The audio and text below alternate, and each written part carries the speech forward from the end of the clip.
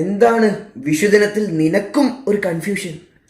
ചിങ്ങ 1-നാണല്ലോ സത്യം പറഞ്ഞ മലയാള മാസം അനുസരിച്ച് പുതുവർഷമാകേണ്ടത്. അതെ, പക്ഷേ മേടത്തിലാണോ വിഷു?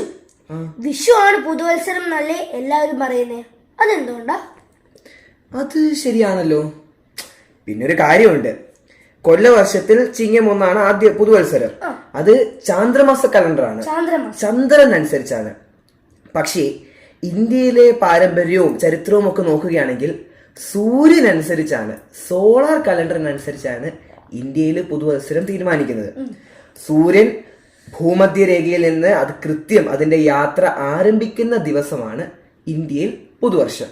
അത് മേടം 1-നാണ്. അതുകൊണ്ട് അന്ന് വിഷുവായി. വിഷു എന്ന വാക്കിന്റെ അർത്ഥം തന്നെ അറിയാമല്ലോ, രാവും പകലും ഒരേ ദൈർഘ്യം വരുന്ന ദിവസം. അങ്ങനെ മേടം 1 വിഷുദിനം നമ്മൾ ഒരു പുതുവർഷമായി ആഘോഷിക്കുന്നു. പിന്നെ ഒരു കാര്യം കൂടി ഉണ്ട്, കാർഷിക വർഷം നോക്കുകയാണെങ്കിൽ, കാർഷിക കലണ്ടർ വെച്ച് നോക്കുകയാണെങ്കിൽ കേരളത്തിൽ വിളവെടുക്കുന്ന ദിവസവും പുതിയ കാർഷിക കലണ്ടർ തുടങ്ങുന്ന കാർഷിക വർഷം ആരംഭിക്കുന്നതും ഈ മേടം 1 തന്നെയാണ്. ആ രീതിയിൽ മേടം എന്തുകൊണ്ടും ഒരു പുതുവർഷം തന്നെയാണ്. മനസ്സിലായി. പിന്നെ നീ എന്നെ സംശയിച്ചിരുന്നവിടെ? അത് ഞാൻ ഈ പറഞ്ഞതൊക്കെ ശരിയാണ്, എങ്കിലും മേടം 1-നാണല്ലോ വിഷു. പക്ഷെ ഇന്ന് മേടം 2 അല്ലേ?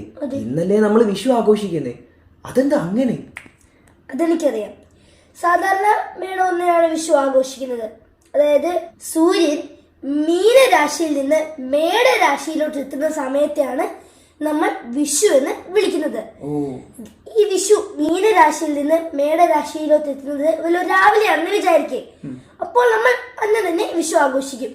ഇനി അത് ഉച്ച കഴിഞ്ഞാണെങ്കിൽ നമുക്കന്ന് ആഘോഷിക്കാൻ പറ്റില്ല. കാരണം നമ്മൾ വിഷുക്കണിയൊക്കെ കാണണമല്ലോ, അപ്പൊ അന്ന് ആഘോഷിക്കാൻ പറ്റില്ലല്ലോ നമുക്ക്. ഇപ്പോൾ സൂര്യ സംക്രമണം എന്നാണ് നമ്മൾ അതിനെ വിളിക്കുന്നത്. അപ്പോൾ അത് ഉച്ച കഴിഞ്ഞാണ് സംഭവിക്കുന്നതെങ്കിൽ നമ്മൾ അടുത്ത ദിവസത്തേക്ക് വിഷു മാറ്റി. അതുകൊണ്ടാണ് ഏപ്രിൽ 14 മേടം 1-ന് ഉച്ച കഴിഞ്ഞായിരിക്കും സൂര്യൻ സംക്രമിച്ചത്. അതുകൊണ്ട് ഇന്ന് നമ്മള് വിഷു ആഘോഷിക്കുന്നു. മനസ്സിലായല്ലോ? അത് മനസ്സിലായി, എനിക്ക് മനസ്സിലായി, നിനക്ക് മനസ്സിലായി. അപ്പം ഹാപ്പി വിഷു.